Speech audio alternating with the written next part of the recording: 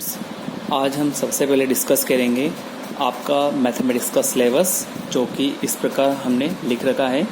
तो आपके टोटल यहाँ से 1 से लेकर 16 तक चैप्टर्स है। डेट मीन्स टोटल 16 चैप्टर हैं। हर एक चैप्टर का अलग अलग वेटेज है, जो कि मैंने सामने चैप्टर वाइज यहाँ पे लिख रखा है। जैसे कि आपका जो फर्स्ट चैप्टर है उसका नेम है संयुक्त फलन। इंग्लिश में हम इसको कंपोजिट फंक्शन बोलते हैं। इसमें से 2 क्वेश्चन आएंगे, एक 1 मार्क का और एक 2 मार्क का। डेट मीन्स टोटल 3 मार्क्स में 2 क्वेश्चन आएंगे। जो सेकंड चैप्टर है उसका नाम है प्रतिलोम प्रत्यय फलन। इंग्लिश में हम इसको बोलते हैं इनवर्स सर्कुलर फंक्शन। इसमें 1 मार्क का एक क्वेश्चन और 3 मार्क्स का एक क्वेश्चन। डेट मीन्स 4 मार्क्स में टोटल 2 क्वेश्चन आएंगे। थर्ड चैप्टर है आपका आयु, इसे मैट्रिक्स बोलते हैं, और इसमें भी 1 मार्क का एक क्वेश्चन और 2 मार्क का एक क्वेश्चन। डेट मीन्स 3 मार्क्स में टोटल 2 क्वेश्चन आएंगे। उसके बाद आपका फोर्थ चैप्टर है सारणिक, जिसको हम डिटरमिनेंट बोलते हैं। इसमें 1 मार्क का एक क्वेश्चन और 3 मार्क का एक क्वेश्चन। डेट मीन्स 4 मार्क्स में टोटल 2 क्वेश्चन आएंगे। उसके बाद है नेक्स्ट चैप्टर फिफ्थ, इसका नेम है व्युत्क्रम आयु एवं रैखिक समीकरण। इसको हम इंग्लिश में कहते हैं, तो इसे हम इंग्लिश में बोलते हैं inverse matrix and linear equation. इसमें 3 मार्क्स में ओनली एक ही क्वेश्चन आता है, ठीक है। उसके बाद आपका 6th चैप्टर है। 6th चैप्टर का नेम है सांतत्यता और अवकलनीयता। That means continuity and differentiability. इसमें 2 मार्क्स का एक ही क्वेश्चन आएगा, ओनली 1 क्वेश्चन, ठीक है। उसके बाद आपका जो नेक्स्ट चैप्टर 7, उसका नेम है अवकलज। अवकलज को हम बोलते हैं डेरिवेटिव्स, ठीक है। इसको हमने 11th क्लास में अच्छे से पढ़ रखा है, बेसिक हमने पढ़ा है। और इसमें से एक ही क्वेश्चन आएगा 6 मार्क्स का, ठीक है। दैट मीन इसमें से मेजर क्वेश्चन आता है। उसके बाद आपके नेक्स्ट एक्सरसाइज है एक्सरसाइज 8। उसका नेम है अवकलज के अनुप्रयोग। इसको हम बोलते हैं एप्लीकेशन ऑफ डेरिवेटिव्स। इसमें 3 मार्क्स के 2 क्वेश्चन आएंगे। 3 डेट में 6 मार्क्स में 2 क्वेश्चंस, ओके। उसके बाद एक्सरसाइज 9 इसका नेम है समाकलन, और इसको हम बोलते हैं इंटीग्रेशन। इसमें आपके 1 मार्क का एक, 2 मार्क का एक और 3 मार्क का एक। डेट मीन 6 मार्क्स में टोटल 3 क्वेश्चन आएंगे। और जो 3 मार्क का क्वेश्चन आएगा उसमें आपको एक ऑप्शन मिलेगा, ठीक है। उसके बाद है यूनिट 10 निश्चित समाकलन। इसको हम बोलते हैं डेफिनेट इंटीग्रेशन, और इसमें 6 मार्क्स में ओनली 1 ही क्वेश्चन आता है, ठीक है। उसके बाद है नेक्स्ट एक्सरसाइज 11 क्षेत्रीकलन, जिसको हम बोलते हैं क्वाड्रेचर। ये एप्लीकेशन है इंटीग्रेशन की। दोनों है ऊपर 9 और 10, इसका ही एप्लीकेशन है क्वाड्रेचर, ठीक है। दैट मीन इसमें हमें इंटीग्रेशन का यूज़ करना पड़ेगा। और इसमें भी 2 क्वेश्चन आएंगे 3 मार्क्स के। 6 मार्क्स में टोटल 2 क्वेश्चन। उसके बाद है नेक्स्ट यूनिट आपकी अवकल समीकरण, जिसको हम बोलते हैं डिफरेंशियल इक्वेशन। इसमें 6 मार्क्स में ओनली 1 ही क्वेश्चन आएगा, और इसमें स्टार लगा हुआ है। डेट में इसमें आपको एक ऑप्शन भी मिलेगा। उसके बाद है यूनिट 13, इसको हम बोलते हैं वेक्टर, और हिंदी में बोलते हैं सदिश। इसमें आपके 4 क्वेश्चन आएंगे। 1 मार्क के 2 क्वेश्चन, 2 मार्क का एक क्वेश्चन और 3 मार्क का एक क्वेश्चन। 3 मार्क के क्वेश्चन में आपको एक ऑप्शन भी मिलेगा। डेट मीन्स टोटल 7 मार्क्स की यूनिट है, और जिसमें आपको 4 क्वेश्चन आएंगे। उसके बाद है एक्सरसाइज 14। इसका नेम है त्रिमीय ज्यामिति, और इसको हम बोलते हैं 3 डायमेंशनल ज्योमेट्री, शॉर्टकट 3D। इसमें 2 क्वेश्चन आएंगे, एक 1 मार्क का और एक 6 मार्क्स का। डेट मीन्स 7 मार्क्स में टोटल 2 क्वेश्चन आएंगे। उसके बाद है आपकी जो नेक्स्ट एक्सरसाइज है वो है रैखिक प्रोग्रामन, इसको हम बोलते हैं लीनियर प्रोग्रामिंग। इसमें आपके 1 मार्क का एक क्वेश्चन, 3 मार्क का एक क्वेश्चन। डेट मीन्स 4 मार्क्स में टोटल 2 क्वेश्चन आएंगे, ठीक है। नेक्स्ट और लास्ट एक्सरसाइज है प्रायिकता, जिसको हम बोलते हैं प्रोबेबिलिटी। इसमें आपके 2 क्वेश्चन आएंगे, एक 1 मार्क का और एक 6 मार्क्स का। 6 मार्क्स के क्वेश्चन में आपको ऑप्शन मिलेगा। डेट मीन्स 7 मार्क्स में टोटल 2 क्वेश्चन आएंगे। तो डियर स्टूडेंट्स, ये तो हुआ आपका अब तक का सिलेबस जो हर साल आता है। तो अभी जो आपका हमने सिलेबस डिस्कस किया है, इसमें जो आपकी जो वेटेज ऑफ क्वेश्चंस है, टोटल नंबर क्वेश्चन है और टोटल मार्क्स हैं, इसका भी यहाँ पे मेंशन किया गया है। 1 मार्क के 10 क्वेश्चन आएंगे, 2 मार्क के 5 क्वेश्चन आएंगे, 3 मार्क के 10 क्वेश्चन आएंगे, 6 मार्क्स के 5 क्वेश्चन आएंगे। जो टोटल नंबर ऑफ क्वेश्चन है वो 30 रहेंगे और उनका जो टोटल मार्क्स रहेगा वो 80 मार्क्स। डेट मीन्स आपका जो मेजर पेपर होगा, एनुअल पेपर, वो 80 मार्क्स का रहेगा।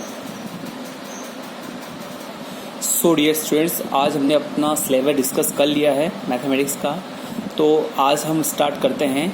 जो हमारी सबसे फर्स्ट यूनिट रहेगी स्टार्ट करने की, वो रहेगी matrix.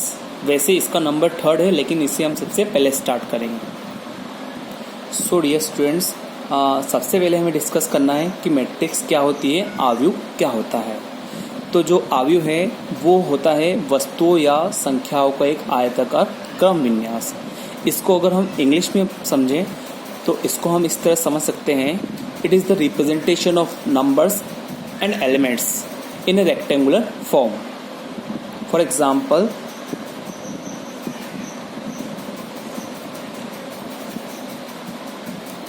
this is the way. इस तरह से हम इसको रिप्रेजेंट करते हैं। एक रेक्टेंगल बनाना है और उसमें आपको लिखना है elements A11, A12, A13, A21, A22, A23, A31, A32, A33। ठीक है, तो यहाँ पे आपको ये दिख रहा होगा एक रेक्टेंगुलर शेप। वैसे आपको स्क्वायर शेप भी दिख रहा होगा, बिकॉज यहाँ पे जो नंबर ऑफ एलिमेंट्स है वो इधर और इधर दोनों सेम है। जो इस साइड जो एलिमेंट्स होते हैं इनको हम बोलते हैं पंक्तियाँ। ये वाली फर्स्ट रो है, ये वाली सेकंड रो है और ये वाली थर्ड रो है। प्रथम पंक्ति, द्वितीय पंक्ति, तृतीय पंक्ति, इसको हम बोलेंगे R1, इसको हम बोलेंगे R2, इसको हम बोलेंगे R3। और जो आपको खड़ी लाइनें दिख रही है, वर्टिकल लाइंस, तो जो खड़ी लाइनें हैं इनको हम बोलते हैं कॉलम्स। ये C1 कॉलम, ये C2 कॉलम और ये C3 कॉलम्स, मतलब प्रथम स्तंभ, द्वितीय स्तंभ और तृतीय स्तंभ। तो आपको इस मैट्रिक्स में दिख रहा होगा कि टोटल 9 एलिमेंट्स हैं, 1 2 3 4 5 6 7 8 9। ठीक है, और इसमें आपको दिख रहा है कि यहाँ पे 1 2 3 रोज हैं एंड 1 2 3 कॉलम्स हैं, मतलब 3 पंक्तियाँ और 3 स्तंभ है। मैट्रिक्स को हम हमेशा इंग्लिश के कैपिटल लेटर से ही रिप्रेजेंट करते हैं। Capital A, capital B, capital C, capital D, कुछ भी हो सकता है। ठीक है, और मैट्रिक्स के अंदर जो नंबर ऑफ रोज है, नंबर ऑफ रोज, उसको हम रिप्रेजेंट करते हैं M से, और number of columns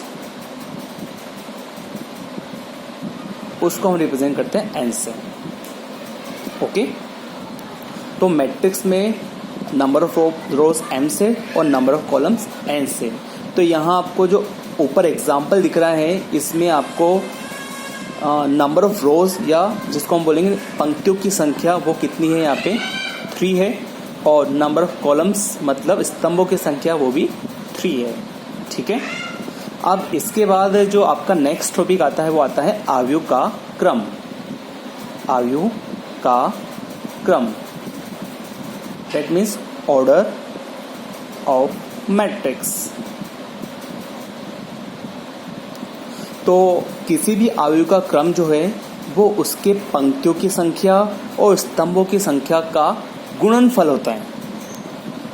it is the product of the multiplication of number of rows and columns.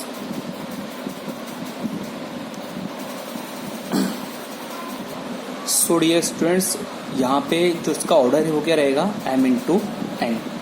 ठीक है, फॉर एग्जाम्पल यहाँ पे मैंने A मैट्रिक्स ले लिया है और इसमें कुछ एलिमेंट्स में ले रहा हूँ 1 2 3 4 5 -1। ठीक है, यहाँ पे आपको दिख रहा होगा 1 and 2, first row second row. तो यहाँ पे आपका जो M है वो कितना है, 2 है, और कॉलम्स कितने, 1 2 3, N है इसका 3। ठीक है, तो यहाँ पे इसका ऑर्डर क्या हो गया, अवयव का क्रम क्या हो गया है, यहाँ पे इसका ऑर्डर हो जाएगा m into n, that means 2 into 3। ठीक है, ऐसे में दूसरा एग्जाम्पल ले लेता हूँ।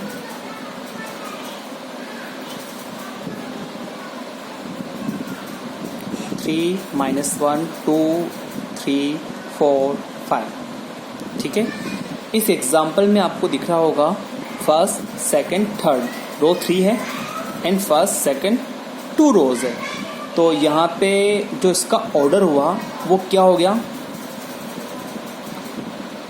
रो आपने देखी फर्स्ट सेकंड थर्ड 3 रो है और कॉलम कितने हो गए, फर्स्ट सेकंड 2। तो ये हो गया इसका ऑर्डर 3 इंटू 2।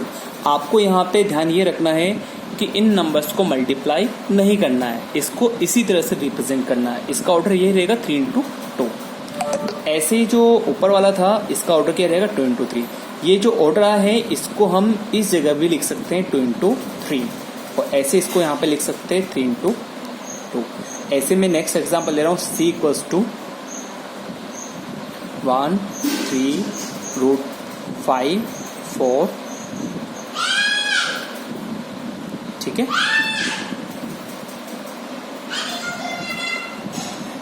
अब यहाँ पे आपको दिख रहा होगा इसमें ये जो आपका मैट्रिक्स C है इसमें आपका 1 रो है।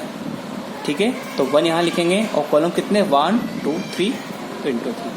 तो ये इसका ऑर्डर हो गया 1 2 3। ओके, तो इसके बाद आपका जो नेक्स्ट टॉपिक रहेगा वो रहेगा अवयव में अवयवों की संख्या, that means number of elements of matrix। ठीक है, तो डियर स्टूडेंट्स यहाँ पे अगर आपको अवयव के अंदर अवयव की संख्या निकालनी है तो इसके लिए जो अभी हमने इसका ऑर्डर देखा था, डेट मीन्स क्रम देखा था, उसमें m और n को हम गुणा नहीं करते हैं, मल्टीप्लाई नहीं करते हैं, उसमें उसको ऐसे लिखा जाता है। लेकिन अगर हम उनको गुणा कर दें तो गुणा करने पर जो आंसर आएगा वो होगी उसमें अवयव की कुल संख्या। ठीक है, फॉर एग्जाम्पल आपको मैंने ए मैट्रिक्स दे दिया है 1 2 3 4 5 6। ठीक है, ये ए मैट्रिक्स है और इस मैट्रिक्स में आपको निकालना है अवयवों की संख्या, अवयवों की संख्या, that means number of elements. तो नंबर ऑफ एलिमेंट्स के लिए आपको देखना है कि यहाँ पे रो कितनी है, आपको दिख रहा है 2 रो है और कॉलम कितने 1 2 3 कॉलम है। तो यहाँ पे जो अवयव की संख्या रहेगी वो इन दोनों का जस्ट मल्टीप्लिकेशन रहेगा, that means 2 into 3 that is equals to 6। ठीक है, तो यहाँ पे आपको एक डिफरेंस देखने को मिलेगा कि जो अवयव की संख्या है उसमें हमें पंक्तियों की संख्या और स्तंभों की संख्या को मल्टीप्लाई करना पड़ता है, इनको गुणा करना पड़ता है। लेकिन जब हम इसका ऑर्डर लिखते हैं तो इसको ऐसा ही लिखते हैं, इसमें हमें इसको गुणा नहीं करना होता है। ठीक है।